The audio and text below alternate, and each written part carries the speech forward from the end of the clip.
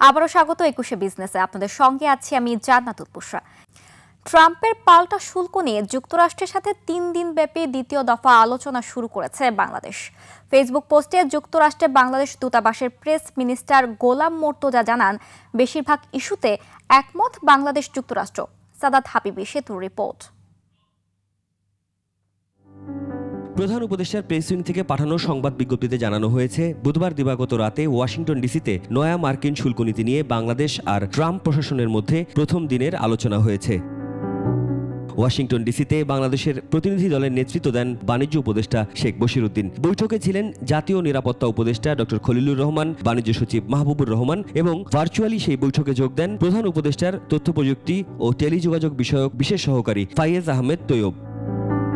Facebook পোস্টের মাধ্যমে যুক্তরাষ্ট্রে বাংলাদেশ দূতাবাসের প্রেস মিনিস্টার গোলাম মোর্তজা জানান, বাংলাদেশ যুক্তরাষ্ট্রের শুল্ক ইস্যু নিয়ে প্রথম দিনের আলোচনা শেষ হয়েছে। বৃহস্পতিবার রাত ৯টায় উভয় পক্ষের মধ্যে আবারও আলোচনা শুরু হবে। আলোচনা চলবে শুক্রবারও। অধিকাংশ বিষয়ে দুই পক্ষ একমত এমন দাবি তুললেও প্রেস মিনিস্টার মোর্তজা অবশ্য এখনই শুল্ক ইস্যু নিয়ে কোনো মন্তব্য করা যাবে না বলে উল্লেখ করেছেন। প্রেসিডেন্ট ট্রাম্প তার চিঠিতে বলে দিয়েছেন, কতগুলো সুনির্দিষ্ট জায়গার কথা বলেছেন, এর মধ্যে শুল্ক অশুল্ক বাধা দূর করা এবং একই সঙ্গে কোনো একটা বিনিয়োগ পরিকল্পনা তৈরি করা। তার কারণ তিনি বলেছেন যে বিনিয়োগ যদি হয় বাংলাদেশ থেকে, তাহলে ওই পণ্যের উপরে আসলে শুল্ক আরোপ করা হবে না।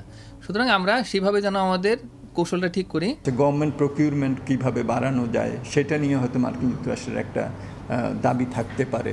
বাংলাদেশ আর কি অফার করতে পারে যেটাতে এটা অন্তত পক্ষে 20-এ নেমে আসতে পারে। এক সপ্তাহের মধ্যে যদি আমরা একটা চুক্তিতে উপনীত হতে পারি, তাইলেই তখন কাজ হবে। এবং এই চুক্তিটা কে করবে?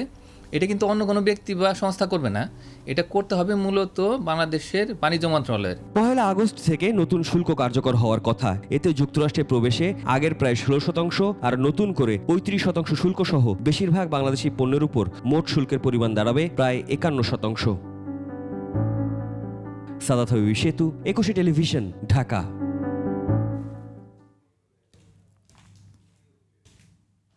যুক্তরাষ্ট্রের সাথে শুল্ক চুক্তি নিয়ে পারস্পরিক দর কষাকষির ক্ষেত্রে কেন অনিশ্চয়তা তৈরি হলো তা নিয়ে চলছে নানা আলোচনা, সমালোচনা ও বিশ্লেষণ। সংশ্লিষ্টরা বলছেন, যুক্তরাষ্ট্র শুল্ক আরোপের পরপরই বাংলাদেশ যতটা তৎপর ছিল শেষ পর্যন্ত তা ধরে রাখতে পারেনি। সে সাথে শুল্ক নিয়ে আলোচনায় ব্যবসায়ীদের পরামর্শও আমলে নেয়নি সরকার। ট্রাম্প প্রশাসনকে আকৃষ্ট করতে পারে যথাসময়ে সুনির্দিষ্টভাবে এমন কোনো প্রস্তাব দিতে পারেনি বাংলাদেশ। তবে শেষ পর্যন্ত চুক্তি হবে বলে আশা সবার। Sadia লাপনির report. Bangladesh is 74%, so you see what's going on.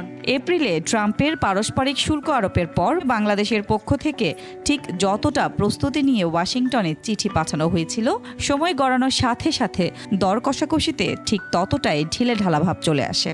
৩ মাসের শুল্ক বিরতি শেষে এবার বাংলাদেশের রপ্তানি পণ্যের উপর ৩৫% শুল্ক আরোপ করে অন্তর্বর্তী সরকারকে চিঠি পাঠিয়েছেন মার্কিন প্রেসিডেন্ট। আর তাতেই প্রশ্ন উঠেছে, যুক্তরাষ্ট্রের সাথে ভারসাম্যপূর্ণ শুল্ক চুক্তিতে কেন অনিশ্চয়তায় পড়ল বাংলাদেশ? ট্রাম্প পারস্পরিক শুল্ক আরোপের ঘোষণা দেওয়ার পর যুক্তরাষ্ট্রের ১০০টি পণ্যে শুল্কমুক্ত সুবিধা দেওয়ার ঘোষণা দেয় বাংলাদেশ। নতুন বাজেটে তা কার্যকর হয়েছে। তবে কোন ১০০টি পণ্যে বাংলাদেশ শুল্কমুক্ত সুবিধা দিতে চায়, যুক্তরাষ্ট্রের পক্ষ থেকে সেই তালিকা চাওয়া হলে বাজেটের আগে সেই তালিকা সরবরাহ করতে পারেনি বাংলাদেশ। যদিও বাংলাদেশের প্রধান প্রতিদ্বন্দ্বী ভিয়েতনাম সমস্ত মার্কিন পণ্যে শুল্কমুক্ত সুবিধা দেওয়ার ঘোষণা দিয়ে দর কষাকষি শুরু করে এবং সফলও হয়। প্রায় ২০ দিনের মতো এই সময়ের ভিতরে অবশ্যই একটা চুক্তিতে পৌঁছাতে হবে।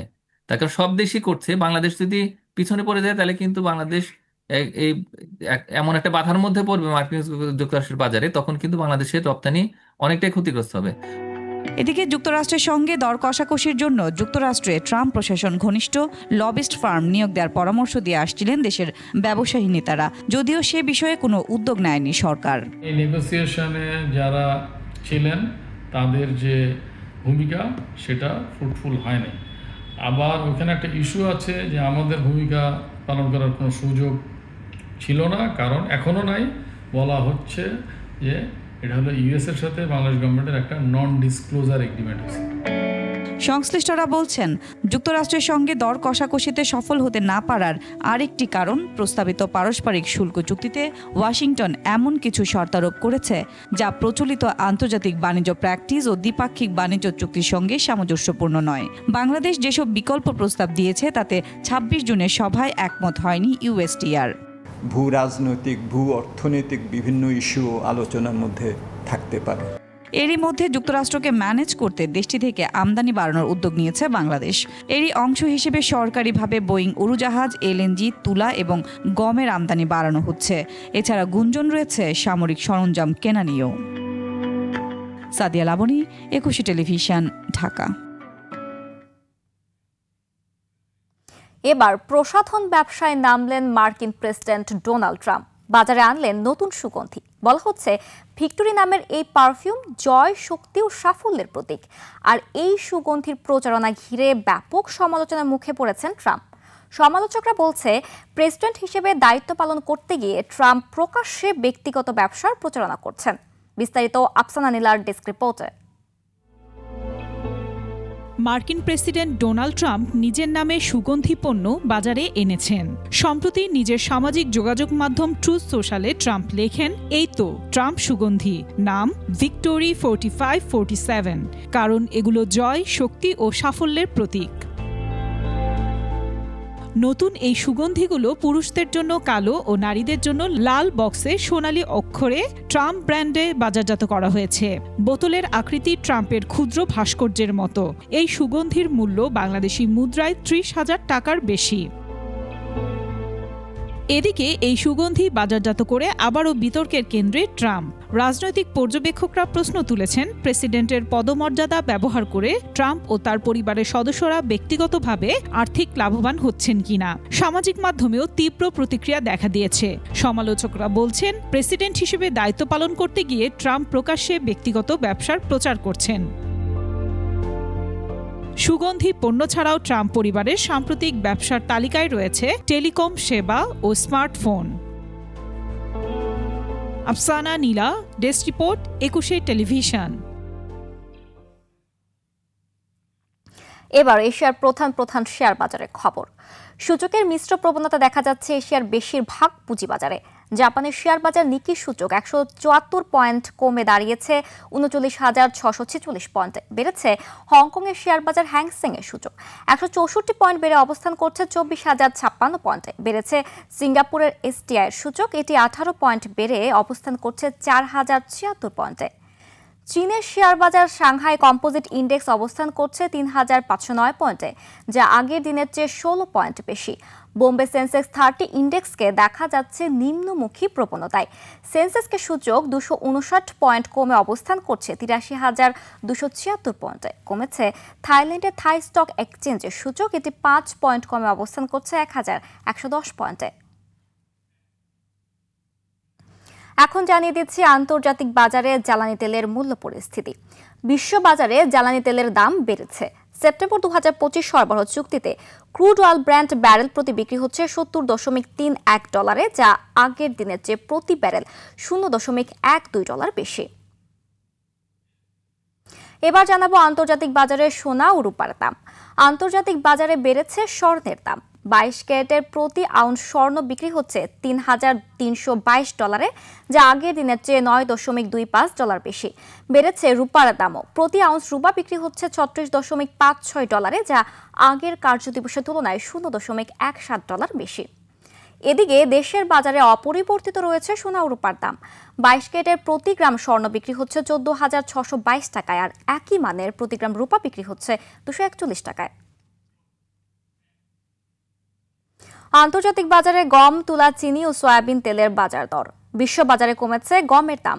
শিকাগো বোর্ড অফ ট্রেডে সেপ্টেম্বর ২০২৫ সরবরাহ চুক্তিতে প্রতি বুসেল গমের ভবিষ্যৎ মূল্য দাঁড়িয়েছে ৫৪৫.২৫ সেন্ট, যা এর আগের দিনের চেয়ে ১.৭৫ কম। আন্তর্জাতিক বাজারে তুলার দাম কমেছে। ডিসেম্বর ২০২৫ সরবরাহ চুক্তি অনুযায়ী প্রতি পাউন্ড তুলার মূল্য দাঁড়িয়েছে ৬৭.৭৭ সেন্ট, যা গত দিনের চেয়ে ০.০১ সেন্ট কম। বিশ্ব বাজারে কমেছে চিনির দাম। অক্টোবর 2025 সরবরাহ চুক্তি অনুযায়ী প্রতি পাউন্ড নাম্বার 11 চিনির মূল্য এখন 16.41 সেন্ট, যা এর আগের কার্যদিবসের চেয়ে 0.15 সেন্ট কম। বিশ্ববাজারে বেড়েছে সয়াবিন তেলের দাম। ডিসেম্বর 2025 সরবরাহ চুক্তি অনুযায়ী প্রতি পাউন্ড সয়াবিন তেলের মূল্য এখন 53.71 সেন্ট, যা এর আগের কার্যদিবসের চেয়ে 0.44 সেন্ট বেশি। এবার টাকার সঙ্গে প্রধান আন্তর্জাতিক মুদ্রার বিনিময় হার। আন্তঃব্যাংক লেনদেনে আজ ব্যাংকগুলো মার্কিন ডলার কিনছে 121 টাকা 90 পয়সায়, বিক্রি করছে 122 টাকা 90 পয়সায়। ব্রিটিশ পাউন্ডের ক্রয় মূল্য 162 টাকা 37 পয়সা এবং বিক্রয় মূল্য 171 টাকা 57 পয়সা। ইউরোর ক্রয় মূল্য 141 টাকা 46 পয়সা, বিক্রি হচ্ছে 147 টাকা 97 পয়সায়। জাপানি ইয়েন ক্রয় হচ্ছে 80 পয়সা আর বিক্রি হচ্ছে 86 পয়সায়। এদিকে ব্যাংকগুলো কানাডিয়ান ডলার কিনছে 88 টাকা 70 পয়সায়, বিক্রি করছে 91 টাকা 68 পয়সায়। ভারতীয় রুপির ক্রয় মূল্য 1 টাকা 35 পয়সা, বিক্রি হচ্ছে 1 টাকা 52 পয়সায়। সৌদি রিয়ালের ক্রয় মূল্য 32 টাকা 40 পয়সা এবং বিক্রয় মূল্য 33 টাকা 16 পয়সা। মালয়েশিয়ান রিঙ্গিত ক্রয় হচ্ছে 28 টাকা 49 পয়সা এবং আন্তঃব্যাংকে তা বিক্রি হচ্ছে 29 টাকা 38 পয়সায়। দর্শক, এরই সঙ্গে শেষ করছি আজকের 21শে বিজনেস। আগামী রোববার দুপুর 1টায় আবারও ফিরে আসবো 21শে বিজনেসের সব আয়োজন নিয়ে। দেখার আমন্ত্রণ রইল। 21শে সঙ্গেই থাকুন।